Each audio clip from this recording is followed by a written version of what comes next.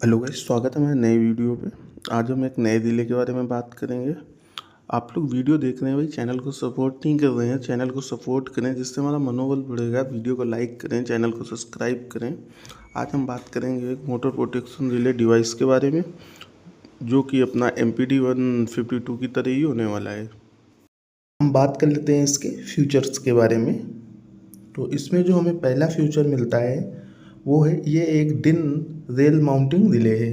इसमें 3 डिजिट और 7 सेगमेंट और 3 लाइन की डिस्प्ले है। मतलब 3 चीज़ को ये शो करता है। L1 L2 L3 ऐसे आप स्क्रीन में देख भी रहे होंगे। और बात करते हैं हम इसके तीसरे पॉइंट की। इसमें फॉल्ट होने पर इंडिकेटर के माध्यम से हमें रिले में दिखता है।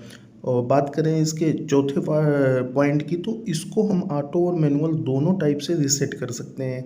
ये 3 फेस 4 वायर और 3 फेस 3 वायर की वायरिंग को सपोर्ट करता है।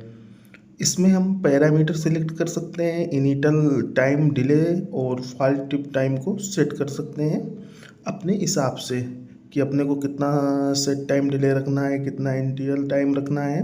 ये सब हम अपने हिसाब से सिलेक्ट कर सकते हैं। अब हम बात कर लेते हैं इसके प्रोटेक्शन के बारे में कि ये हमको क्या क्या प्रोटेक्शन देता है। और हम समझेंगे इनके प्रोटेक्शन के बारे में थोड़ा अच्छे से। ओवर और अंडर वोल्टेज का ये हमें प्रोटेक्शन देता है। ओवर अंडर करंट का हमें ये प्रोटेक्शन देता है। ये हमें ओवर फ्रिक्वेंसी और अंडर फ्रिक्वेंसी से प्रोटेक्शन देता है। सिंगल फेज से भी प्रोटेक्शन देता है। ये शॉर्ट सर्किट से प्रोटेक्शन देता है। ये अनबैलेंस करंट होने पर भी हमें प्रोटेक्शन देता है। ये फेस लॉस होने पर भी प्रोटेक्शन देता है। ये फेस में असमानता होने पर भी प्रोटेक्शन देता है। लॉक रूटर पॉइंट सिचुएशन में भी, अगर अपने रूटर लॉक हो जाएगा उस समय भी अपने को प्रोटेक्शन देता है। ये हमें न्यूट्रल लॉस से भी प्रोटेक्शन देता है। ठीक है, अब बात करते हैं हम इसके टिप सेटिंग के बारे में।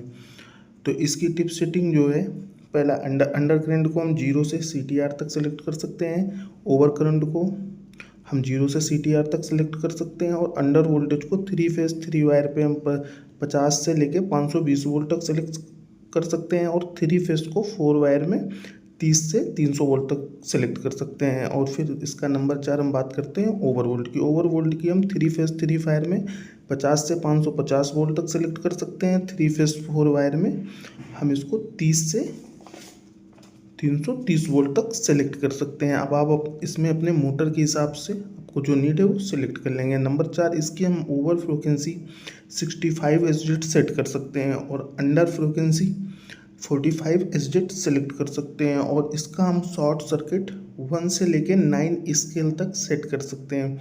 और इसका लॉक रूटर पॉइंट 0.5 से लेके 9.0 स्केल तक सेट कर सकते हैं। और इसका अनबैलेंस 5 से 60% तक सेट कर सकते हैं।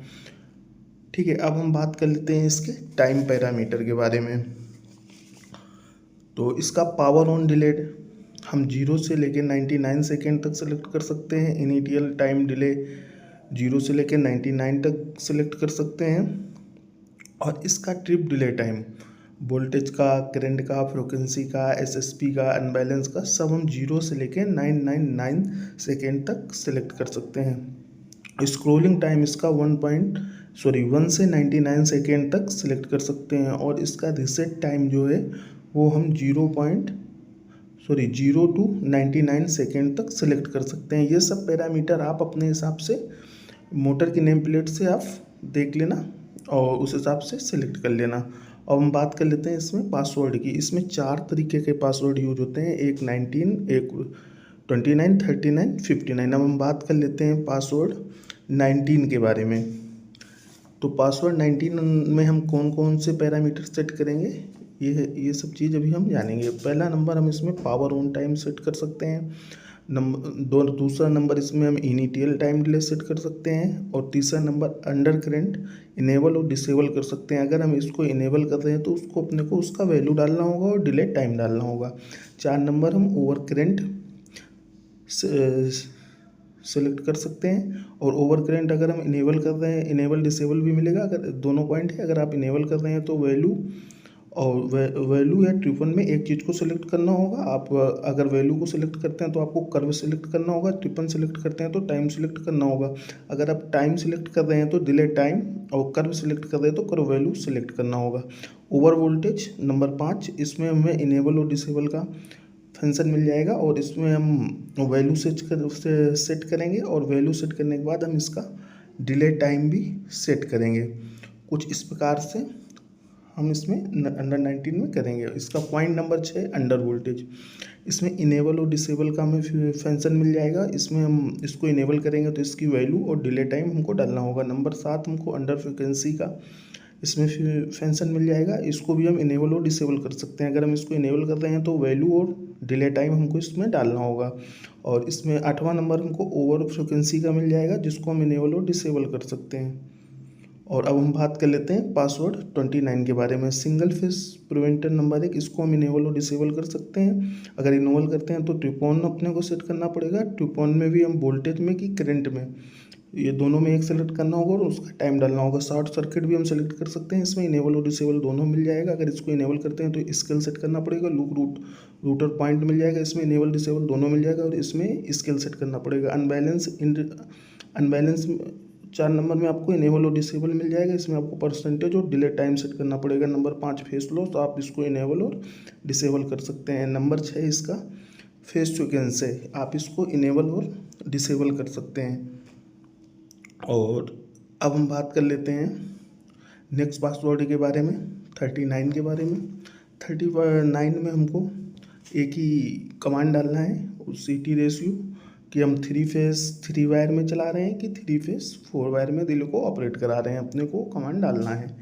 और अपने को 39 में कोई भी पैरामीटर नहीं सेट करना है। अब हम बात कर लेते हैं 59 की।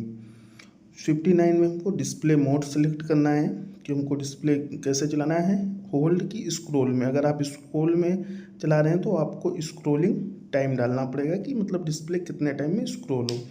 अब हम बात कर लेते हैं, ये अप और डाउन बटन आप जो देख रहे हैं ना, इनको दोनों को एक साथ में दबा के रखेंगे तो इसमें कुछ सेटिंग है, मैं आपको बता देता हूँ। रीसेट मोड आएगा, रीसेट मोड में हम मैनुअल, ऑटो, JVR सेलेक्ट कर सकते हैं। उसमें रीसेट टाइम आपको डालना पड़ेगा। इंटीग्रल ट्रिगल आएगा, इसमें आप करंट वोल्टेज सेलेक्ट कर सकते हैं। रिले फॉल्ट आप ऑन ऑफ कर सकते हैं इधर से। और पावर फॉल्ट मेमोरी आप सेव कर सकते हैं, सेव करना है तो यस, नहीं करना है तो नो। पावर सेव मेमोरी मतलब जो पहले फॉल्ट हुए हैं उसको आप सेव करना चाहते हैं कि नहीं। अभी हम समझ लेते हैं इसके कनेक्शन के बारे में। ये जैसे अपने पैनल का मेन लाइन है RYB और N। अपना रिले कुछ बैक साइड से ऐसे दिखता है, ठीक है। इसमें 3 CT का कनेक्शन होगा, 2 इसका रिले पॉइंट है। तो हम पहले इसके एक्चुअली सप्लाई को सप्लाई दे देंगे। 1 नंबर पे लाल फेज डाल देंगे और N पे न्यूट्रल डाल देंगे। और हम इसमें V1 और ये येलो में और ब्लू में आप देख रहे होंगे V2 और V3 में RYB डाल देंगे और न्यूट्रल को N में डाल देंगे। और ये अपना under voltage, over voltage, phase sequence, ये सब चीज़ को ये डिटेक्ट करेगा। इससे अगर अपने को कोई भी इशू होता है तो ये उसको डिटेक्ट करके अपने रिले को ट्रिप कर देगा, ठीक है। अभी आपको दिख रहा होगा ये 3 CT का इधर कनेक्शन होगा। टोटल 6 पॉइंट हैं, हम इसमें 3 CT डाल देते हैं R, Y और B में। और हम R के फेस के S1 को या K1 को 1 नंबर में डाल देंगे और S2 को या K2 को 2 नंबर में डाल देंगे। इसी प्रकार हम Y फेस के CT को डाल देंगे और इसी प्रकार हम ब्लू फेस के CT को डाल देंगे। और अब हम बात कर लेते हैं इसके कॉमन पॉइंट के बारे में, NC के बारे में। तो इसका 5 नंबर NC है और 4 नंबर कॉमन है, 3 नंबर NO है, ठीक है। और हम बात कर लेते हैं इसके सेकेंड रिले के बारे में। और जिसका सेकेंड रिले केवल NO है, उसमें NC पॉइंट नहीं है, ठीक है। उम्मीद करता हूँ आपको वीडियो समझ में आया होगा। वीडियो को ज़्यादा से ज़्यादा शेयर कीजिए, क्योंकि मैं आपको जो जानकारी दे रहा हूँ आपको पूरे यूट्यूब में नहीं मिलेगी। तो इसलिए अपने भाई का सपोर्ट करो और चैनल को शेयर करो।